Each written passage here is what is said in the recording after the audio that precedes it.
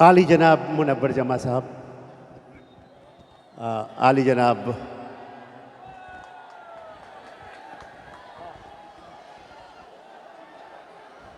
गोवंडी के मेरे तमामी बिरादराने वतन,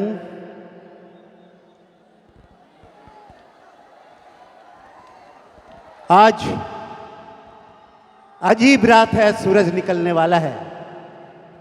अजीब रात है, सूरज निकलने वाला है। मुझे ये लगता है कि इस रात में मुनव्वर जमा ने जो अलख जगाई है, जो रोशनी जगाई है, इल्म की रोशनी, उसी के बारे में मोहम्मद पैगंबर हुजूर सल्लल्लाहु अलैहि वसल्लम ने फरमाया था कि मुझे हिंदुस्तान की सरजमी से इल्म की खुशबू आती है।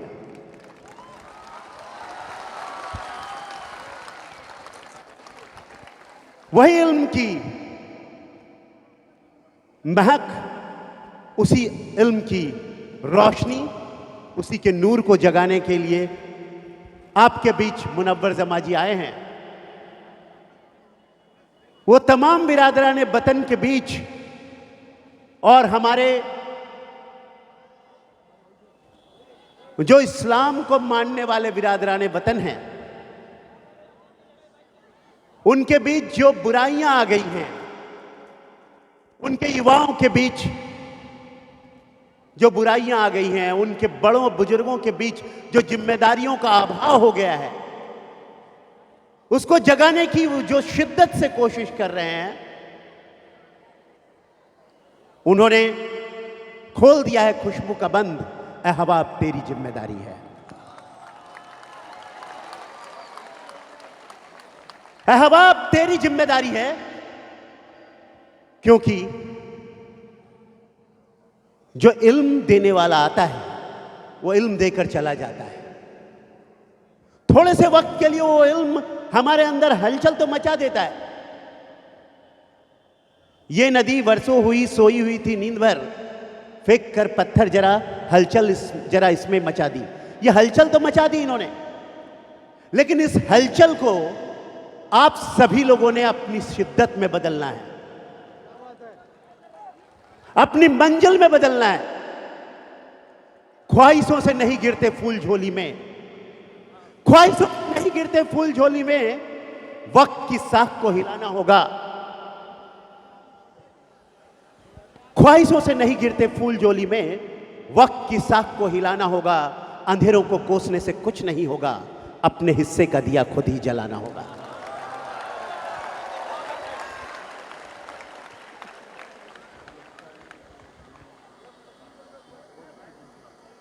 जो बातें ये बता रहे थे, उसके बीच से मैंने कुछ बड़े खूबसूरत फलसफे जो मुझे लगे, वो उसी के बारे में मैं आगे बात करना चाहूंगा। कि सूरह बकरा में ये बताया गया है कि रोजा क्यों करते हो तुम? जब रमजान का महीना होता है तो रोजा क्यों करते हो? उसमें यही तो बताया गया है कि ईमान वालों, तुम पर रोजा उसी तरह से फर्ज किया गया है जैसे तुमसे पहले आने वाली कौमों पर रोजा अर्थात उपवास फर्ज किया गया था। पर आखिर क्यों? इसलिए, किस लिए? ताकि तुम तकवा कर सको, ताकि तुम परहेजगार बन सको। तो जब तक तुम तकवा नहीं करोगे, जब तक बुराइयों से दूर नहीं कहोगे, जिसे हराम कहा गया है, उससे दूर नहीं रहोगे, चाहे वो नशा हो, चाहे वो तनाजा हो, चाहे वो बुराई हो।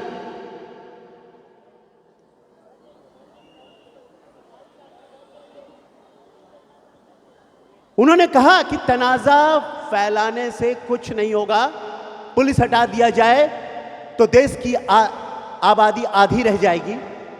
मैं इसी बात को आगे बताना चाहता हूं कि दीने इस्लाम में सच्चा शुरमा वो नहीं होता जो जंगे मैदान में शमशीर लेकर कूद पड़ता है, बल्कि जो सब्र करना जानता है।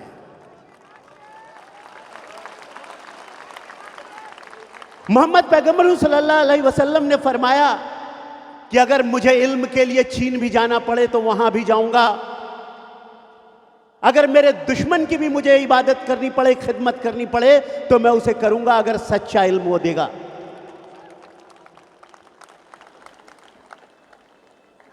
कुरान पाक जब जिब्रील के माध्यम से मोहम्मद पैगंबर सल्लल्लाहु अलैहि वसल्लम पर नाजिल की गई, तब उस वक्त पहला शब्द क्या था, पहला लफ्ज क्या था? इकरा, पढ़ो, पढ़ो, इकरा। तो आपको पढ़ना है, आपको सीखना है, आपको बनना है, आपको गढ़ना है, खुद को भी और दूसरों को भी, अपने समाज को भी और खुद को भी, अपने परिवार को भी और खुद को भी। हम अपनी जिम्मेदारियां भूल रहे हैं इस भागती दौड़ती जिंदगी में, अपनी जिम्मेदारियां, अपनी जवाबदारियां भूल रहे हैं। लेकिन अगर हम अपनी जवाबदारियों को समझ लें और हम ये समझ लें कि इल्म वो रास्ता है जिससे हर मुश्किल से पार पाया जा सकता है, हर बाधा को दूर किया जा सकता है। मैं अपना एक छोटा सा वाकया सुनाकर अपनी बात खत्म करूंगा।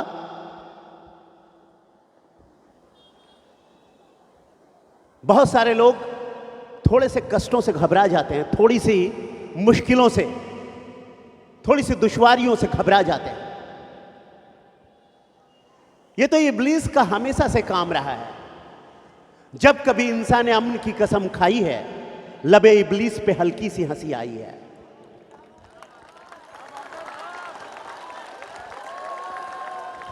जब कभी इंसान ने अमन की कसम खाई है, लबे इब्लीस पे हल्की सी हंसी आई है।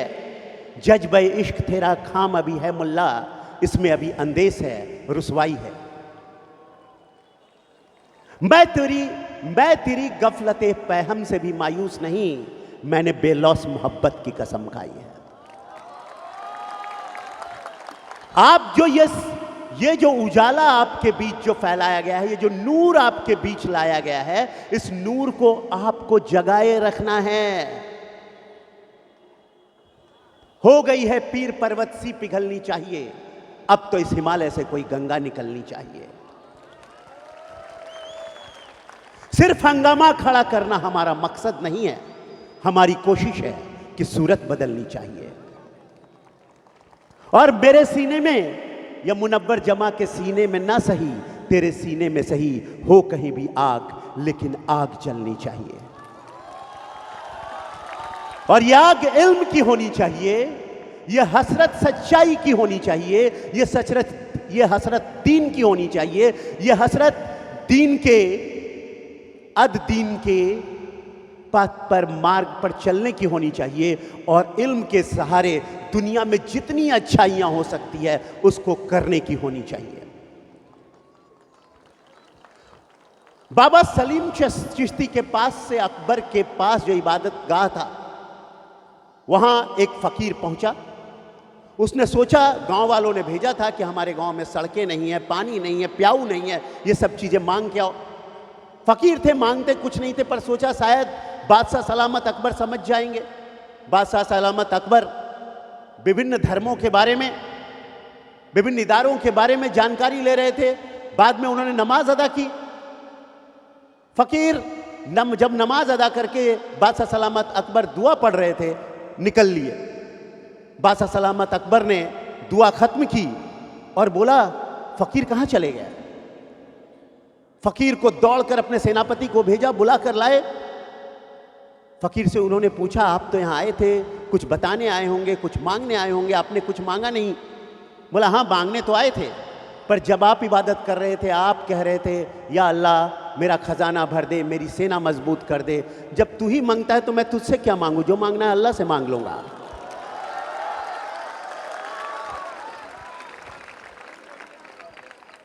तो जो मांगना है उससे मांग लेंगे, लेकिन हम अगर सही नेकी के मार्ग में चलेंगे तब, हम सही जो जिम्मेदारियां हमें दी गई हैं उसे पूरा करेंगे तब। मैं बता रहा था अपनी कहानी। मैं 12वीं में पढ़ता था। मेरे घर के बगल में बड़े ताकतवर लोग, बड़े पैसे वाले लोग रहते थे। उन लोगों ने एक सार्वजनिक जगह जो होती है, सबकी जगह, कुआं और सड़क की आखिरी जगह मोहल्ले में, उस पर कब्जा जमाना शुरू किया। मैं 12वीं की परीक्षा दे रहा था, एग्जाम में बैठा था। मैंने केमिस्ट्री की परीक्षा दे दी थी, हिंदी और इंग्लिश की परीक्षा दे दी थी, फिजिक्स और मैथमेटिक्स के पेपर बाकी थे। 7 दिन का समय था, मैंने रोक दिया। पहले इंस्पेक्टर आया, फिर डीवाईएसपी आया, फिर एसपी आया। सबने समझाने की कोशिश की, जाने दो। मैंने कहा नहीं, ये तो गलत हो रहा है।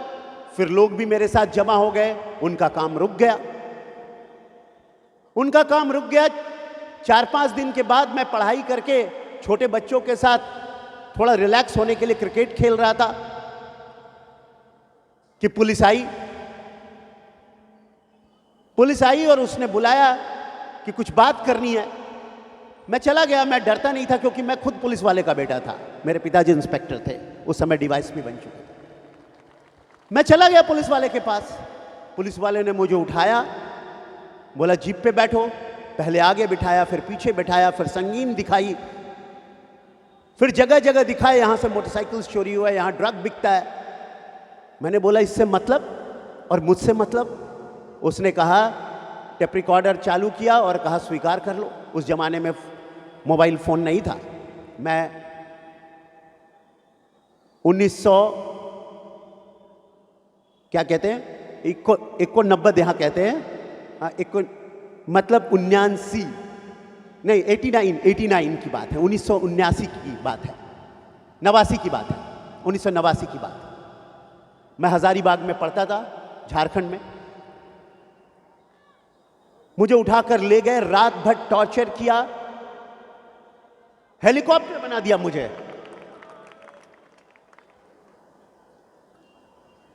हेलीकॉप्टर बना दिया मुझे खटिया में बांधकर, खटिया में बांधते थे पहले, और पैरों पर बहुत मारा, हाथों पे बहुत मारा। लेकिन मैंने गलत किया नहीं था, इसलिए गलत कबूल नहीं किया। और उसके बाद मैंने संकल्प किया कि मैं आईपीएस अधिकारी ही बनूंगा।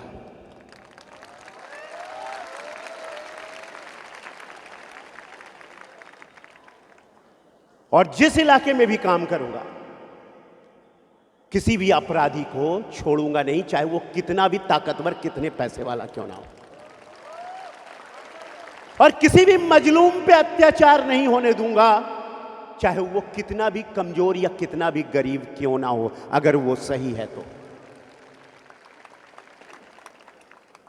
और मेरी नौकरी का, मेरी सेवा का, मेरे खिदमतों का यही इतिहास है। आप मालेगांव में पूछ लें, आप चिखली में पूछ लें, बुल्ढाना में पूछ लें, मलकापुर में पूछ लें, खामगांव में पूछ लें, अमरावती में पूछ लें, आप अचलपुर में पूछ लें, जहां भी आपको पूछना है, सांगली में पूछ लें, मेरा इतिहास यही है। दक्षिण मुंबई में पूछ लें, जहां मैं एडिशनल सीपी रहा हूं। तो कहीं भी मैंने कभी किसी दबाव के अंदर झुका नहीं, क्योंकि डरता एक से हूं।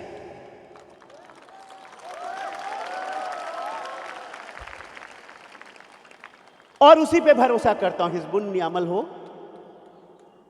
क्या है, क्या है,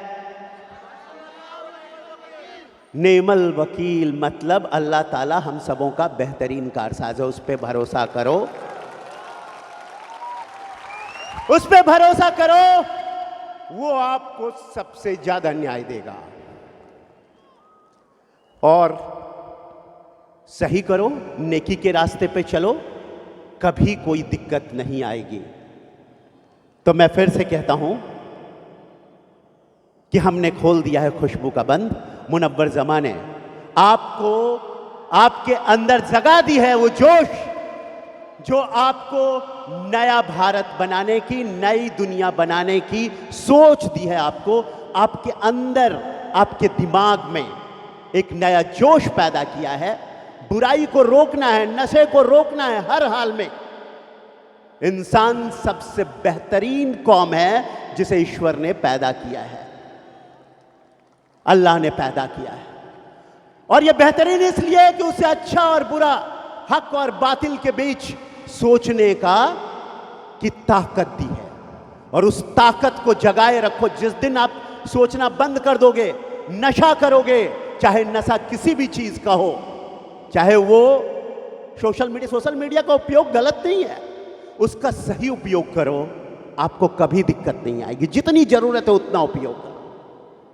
लेकिन उसका अगर गलत चीजों के लिए, जैसा वो बता रहे थे कि 8 घंटे आप किसी रेशमा को ढूंढने में लगा देते हैं, तब तो आप गए। नशा किया आपने तो गए, और आपकी सोचने की शक्ति कुंद हो जाती है, खत्म हो जाती है। तो उसे खत्म मत होने दो। यही समय है, यही समय है, जीतना तय है। अगर आप जीतना चाहते हो तो इल्म की तरफ बढ़ो, इकरा, पढ़ो पढ़ो पढ़ो, आगे बढ़ो। बहुत शुक्रिया कि जो है अहले वफा उनसे कोई ख़तरा नहीं होगा, जो है अहले वफा उनसे कोई ख़तरा नहीं होगा। लगाई आग है जिसने कोई अपना नहीं होगा। अगर हम एक हो जाए, अगर इंसान बन जाए, अगर हम एक हो जाए, अगर इंसान बन जाए, तो फिर हिंदू मुसलमान का कोई झगड़ा नहीं होगा, तो फिर हिंदू मुसलमान का कोई झगड़ा नहीं होगा। हम तमाम अहलियाने गोवंडी जोरदार तालियों से डीजीपी सर का इस्तकबाल करें। गोंडी वालों मैं आपका बहुत शुक्रगुजार हूं, बहुत ज्यादा शुक्रगुजार हूं। इतनी बारिश हुई, आप उसके बाद उठ के नहीं गए। सिर्फ 2 मिनट मेरी बात सुनिए। मुनव्वर जमा साहब, पब्लिक ये नहीं है आपको। मुनव्वर जमा साहब, आप जो मैदान देख रहे हैं, ये मैदान डबल मैदान है, इसके बाद का मैदान भी भरा हुआ है।